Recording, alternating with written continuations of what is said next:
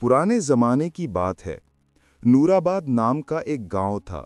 मिट्टी के घर, नीम के दरख्तों के साए और दोपहर के सन्नाटे में बस मवेशियों की घंटियों की आवाजें सुनाई देती थीं। उसी गांव में एक बूढ़ी औरत रहती थी, बीबी सकीना।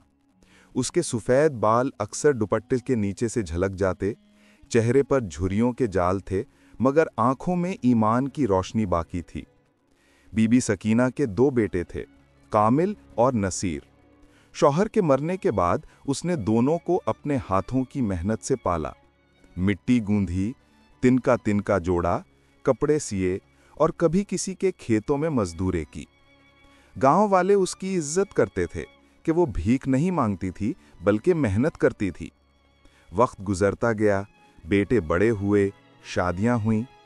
पहले पहल कुछ दिन सब ठीक रहा, लेकिन जैसे ही बहुएं आईं, घर की हवा बदल गई। एक दोपहर थी, सूरज आग बरसा रहा था। सकीना बीबी नीम के दरख्त के नीचे बैठी अपनी सांस संभाल रही थी। सामने कुछ मुर्गियां दाना चुग रही थीं। वो उनके नन्हे चूजों को देखकर मुस्कुरा रही थी कि अचानक एक करख्त आवाज गूंजी।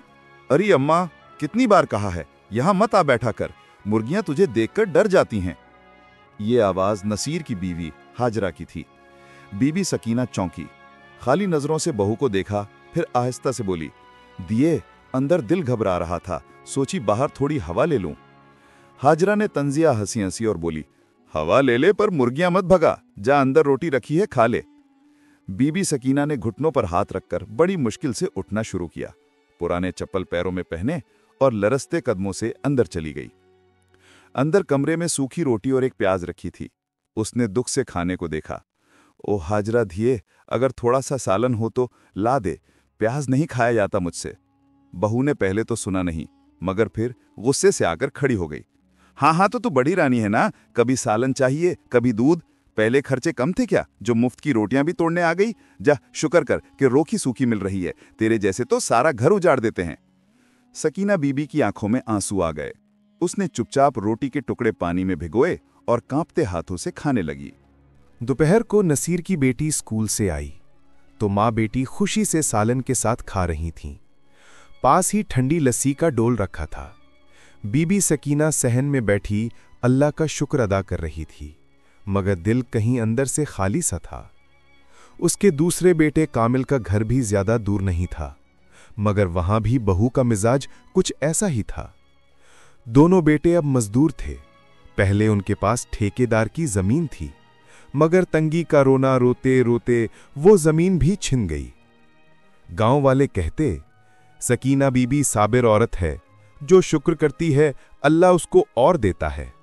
मगर उसके बेटे वही सच भूल गए। नाशुक्री ने उनके रिस्क से बरकत खींच ली थी।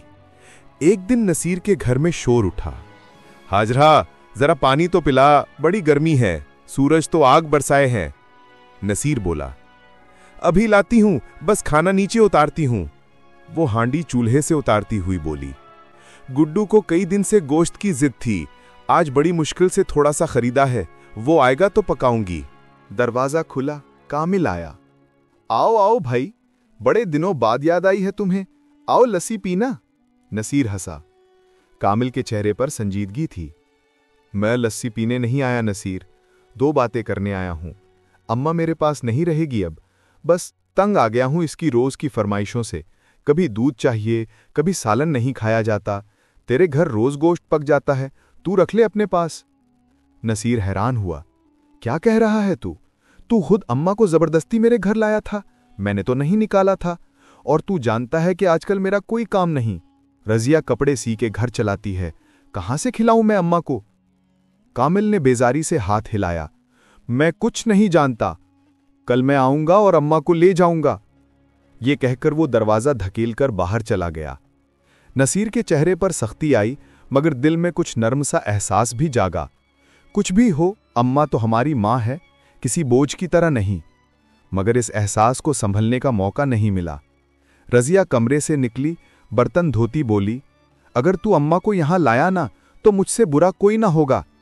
नसीर ने तलखी से कहा, तू चाहे कुछ भी कर, अम्मा मेरी मां है, मैं कल जाके ले आऊंगा उसे। बीबी सकीना उस वक्त नीम के दरख्त के नीचे बैठी सूरज को डूबते देख रही थी, पर दिल जैसे किसी साए के नीचे दब गया था।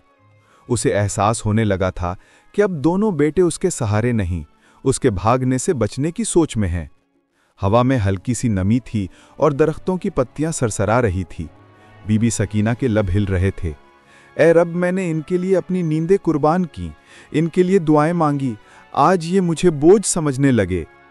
एक आंसू मिट्टी पर गिरा और जज्ब हो गया, जैसे दुआ जमीन में दफन हो गई हो।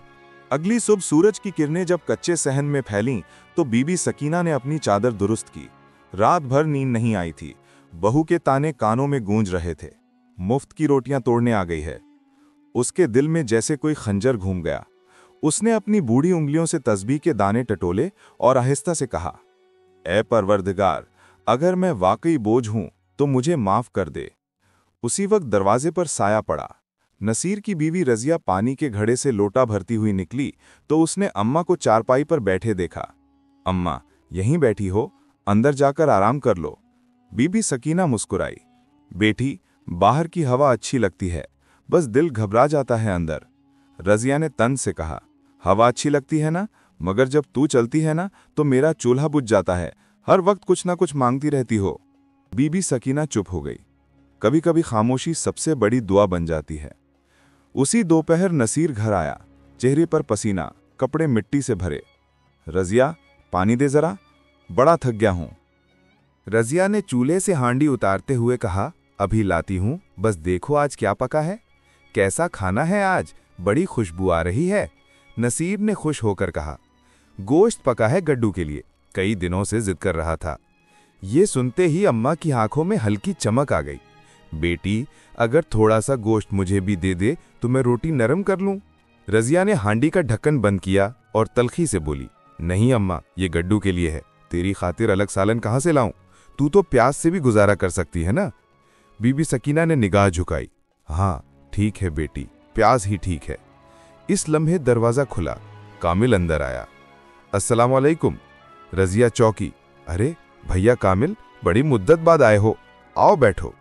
नसीर जल्दी से बोला, आओ आओ, लस्सी ला रजिया, भाई के लिए। कामिल की आंखों में सख्ती थी। मैं लस्सी पीने नहीं आया, बस एक बात करने आया हूं। अम्मा को कल मेरे साथ वापस ले जा रहा हूं। नसीर के माथे पर बल पड़ गए। क्या मतलब? अभी तो कल ही तुम उसे मेरे पास छोड़कर गए थे। हाँ, पर अब मैं मजीद नहीं सुन सकता उसके बहाने। कभी दूध मांगती है, कभी सालन। मैं खुद मजदूरी करता हूं, कहां से पूरा करूं? तू खुशहाल है, तेरे घर रोज सालन पकता है, तेरे पास रहे तो बेहतर है। बीबी सकीना इन दोनों की गुफ्तगू सुनती रही। दिल जैसे बोझल पत्थर बन गया। वो बेटे जो उसके लिए कभी दौड़कर दूध लाते थे, अब उसे एक दूसरे के दरमियान सामान की तरह बांट रहे थे। कामिल के जाने के बाद नसीर का चेहरा सख्त हो गया। मैं कह रहा हूं रजिया, कल अम्मा मेरे घर रहेगी, कुछ भी हो जाए, वो मां है मेरी, बोझ नहीं। रजिया ने बर्तन जोर से जमीन पर रखा, आवाज गूंजी। तो अगर अम्मा को यहां लाया ना तो मुझसे बुरा कोई ना होगा। पहले ही पैसे नहीं, अब एक और मुंह पाल ले। जा, जो करना है कर। नसीर ने उसकी बात का जवाब नहीं दिया, बस थक कर चारपाई पर बैठ गया। आसमान पर बादल छा गए थे, हवा में नमी बढ़ गई थी। बीबी सकीना ने तस्बीह हाथ में ली, आंखों से एक आंसू टूटा। या रब, मैंने तो तेरे लिए सब्र किया, अब मेरे बेटों को हिदायत दे दे। रात गुजरी। अगले दिन नसीर अम्मा को लेने गया। दरवाजे के बाहर खड़ा हुआ तो अंदर से हाजरा की तेज आवाज सुनाई दी, अम्मा रोटी खा लो, साथ अचार रखा है। बीबी सकीना ने नरमी से कहा, धिये, अचार से सीना जलता है, अगर थोड़ा सा दूध मिल जाए तो रोटी डबो के खा लूंगी।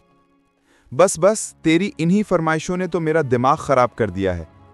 इसी लम्हे नसीर अंदर आया। अस्सलामु अलैकुम अम्मा, चलें, मैं लेने आया हूं। बीबी सकीना चौंक गई। मैं तेरे साथ नहीं जा सकती, धिये को मेरी जरूरत है, जब बच्चा हो जाएगा फिर आ जाऊंगी। हाजरा ने मुंह मोड़ा, मुझे तेरी जरूरत नहीं अम्मा, और ना तेरे साये की, तेरे बगैर ही खुश हूं। जा, तेरे बेटे तुझे ले जाएं। बीबी सकीना के लब कांपे, दिल जैसे रेजा रेजा हो गया। उसने आहिस्ता से चादर ओढ़ी, नातवां जिस्म संभाला और नसीर के साथ बाहर आ गई। सूरज ढल रहा था। रास्ते में मस्जिद के पास बने थड़े पर रुक गई। सांस फूल गई थी। थोड़ा बैठकर खुद को संभाला। आसमान की तरफ देखा। अल्लाह, मैंने तो कभी शिकवा नहीं किया, मगर आज दिल भरा है। इसी लम्हे एक आदमी गुजरा। उसने झोली में 50 रुपए का नोट डाल दिया। अल्लाह तेरा भला करे अम्मा। बीबी सकीना चौंकी। बेटा, मैं भिकारन नहीं हूं, मैं तो मगर वो शख्स दूर जा चुका था। उसने नोट हाथ में लिया। नजरें नम थीं। शायद ये भी तेरी तरफ से इम्तिहान है मेरे रब। जब घर पहुंची तो नसीर पहले से सहन में बैठा था। कहाँ चली गई थी अम्मा? तेरे टांगों में जोर नहीं, फिर भी गांव घर में घूमती फिरती है। बीबी सकीना चुप रही और लरसते हाथों से मुट्ठी खोली। 50 रुपए का नोट था। ये ले बेटा, किसी ने दिया है, तू रख ले। नसीर ने हैरत से देखा। ये तेरे पास कहां से आए? अल्लाह ने दिया है, उसने आहिस्ता से कहा। इसी वक्त रजिया अंदर से निकली। क्या बात है, अम्मा की कमाई हाथ लग गई, दिखा जरा। उसने नोट खींचा और हंसती हुई अंदर चली गई। बीबी सकीना ने चुपचाप आंखें बंद कीं। अब हर दिन वो मस्जिद के थड़े पर बैठती। झोली में कभी 1 कभी 2 सिक्के गिरते। न जाने लोग उसकी खामोशी को क्या समझ बैठे थे। गांव में बात फैल गई, बीबी सकीना अब भीख मांगती है, और वही पैसे अब इसके घर के खाने में शामिल हो गए। वो माँ जो कभी रिज़्क़े हलाल के लिए हाथों में छाले बनाती थी, आज अपनी झोली में गिरे सिक्के गिनने पर मजबूर थी। उसका ज़मीर चीख उठता, मगर भूख, ताने और बेटों के रवैये ने जुबान बंद कर दी थी। शाम को वो तस्बीह पढ़ते हुए कहती, या रब, ये मेरी कमाई नहीं, तेरे इम्तिहान की कमाई है। कई दिन यूं ही गुजर गए। बीबी सकीना अब गांव की मस्जिद के थड़े पर एक मानूस साया बन चुकी थी।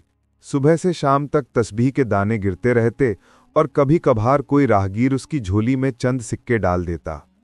वो हमेशा एक ही जवाब देती, अल्लाह तेरा भला करे बेटा, मैं भिकारन नहीं, बस बैठने आई थी। मगर अब लोग सुनते नहीं थे। हर कोई जल्दी में था और उसके अल्फाज हवा में तहलील हो जाते थे।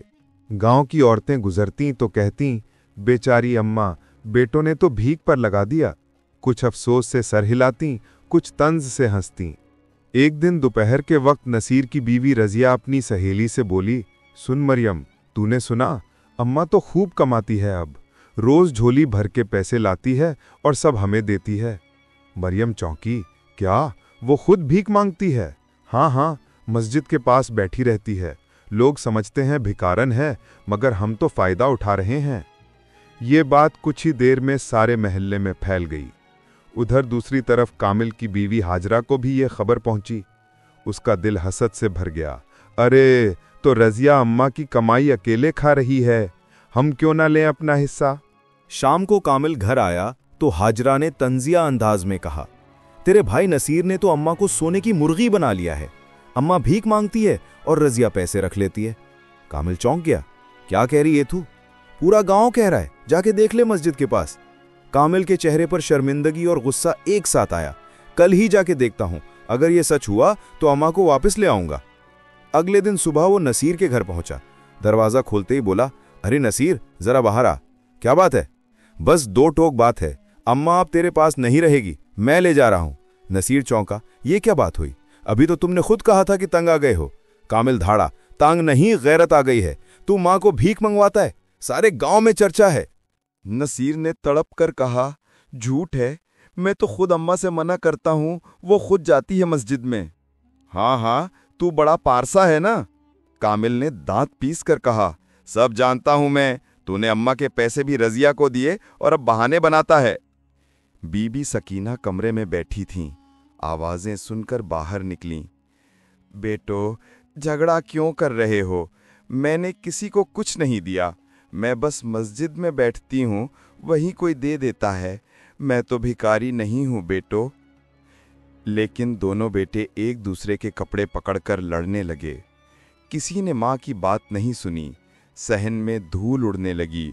दोनों बहुएं दरवाजे पर खड़ी नफरत भरी आंखों से मंजर देख रही थीं। कामिल चिल्लाया, मेरा भी हक है अम्मा की कमाई पर। नसीर चीखा, तेरा क्या हक? वो मेरे घर रहती है, मैं ही संभालता हूं। बीबी सकीना के कानों में उनके अल्फाज जैसे खंजर बनकर घुसने लगे। वो दोनों के बीच आना चाहती थीं, मगर कदम लड़खड़ा गए।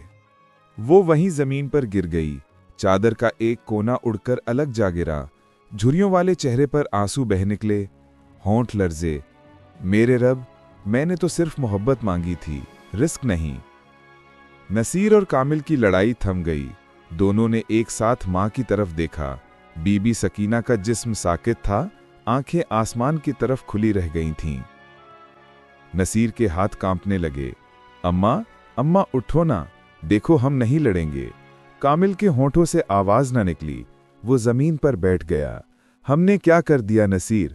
हमने अपनी जन्नत को मिट्टी में दफन कर दिया। बीबी सकीना के चेहरे पर एक अजब सुकून था, जैसे किसी ने बरसों के दुख एक लम्हे में चुरा लिए हों। नसीर ने अपनी माँ के कदमों को पकड़कर रोना शुरू कर दिया। माँ, तू तो कहती थी जो शुक्र करे उसको और मिलता है। हमने नाशुक्री की, सो सब कुछ खो दिया। आसमान की तरफ देखा। ए रब, हमसे बड़ी खता हुई, हमें माफ कर दे। मगर जवाब में सिर्फ हवा के झोंके थे, जो नीम के दरख्त की पत्तियां हिला रहे थे, जैसे कोई कह रहा हो, अब देर हो गई बेटो। शाम तक गांव की मस्जिद के पास खामोशी छा गई। किसी ने आकर बताया, बीबी सकीना का इंतकाल हो गया है। पूरा गांव जमा हो गया। औरतें रोती रहीं, मर्द अफसोस से सर झुकाए खड़े रहे। नसीर और कामिल दोनों मां के कदमों के पास बैठे एक दूसरे को देख भी नहीं पा रहे थे। जब जनाजा उठा तो आसमान अब्र आलूद हो गया। पहली बूंद जमीन पर गिरी, जैसे किसी मां की दुआ आखिरकार कबूल हो गई हो। दफन करने के बाद मौलवी साहब ने खामोशी से कहा, बेटियों के कदमों तले नहीं, माओं के कदमों तले जन्नत है। मगर बाज बेटे इतने अंधे हो जाते हैं कि वो जन्नत को खुद मट्टी में दफन कर देते हैं। नसीर ने जमीन की मट्टी को छूकर कहा, मां, हमने तेरी कद्र न की, अब तेरी मट्टी से ही सजदा करेंगे। कामिल फूट फूट कर रोने लगा। यही अंजाम है उन बेटों का जो माओं के दिल तोड़ते हैं। अब हमें उम्र भर यही मलाल जलाएगा। दोनों ने मां की कब्र के सराहने बैठकर देर तक तस्बीह के दाने गिने। हवा में अजान की आवाज गूंजी, हैया अलल फलाह। और शायद पहली बार दोनों भाइयों के दिलों में एक ही दुआ उठी, या अल्लाह, हमें मां जैसा सब्र और मां जैसा दिल अता फरमा। मां की कब्र के ऊपर शाम का साया गहरा होता गया। नीम के दरख्त की टहनियों से कुछ पत्ते गिरे, जैसे खामोशी से ये कह रहे हों, मां वाकई अनमोल होती है, लेकिन औलाद को इसकी कीमत तब समझ आती है जब वो दुनिया में नहीं रहती।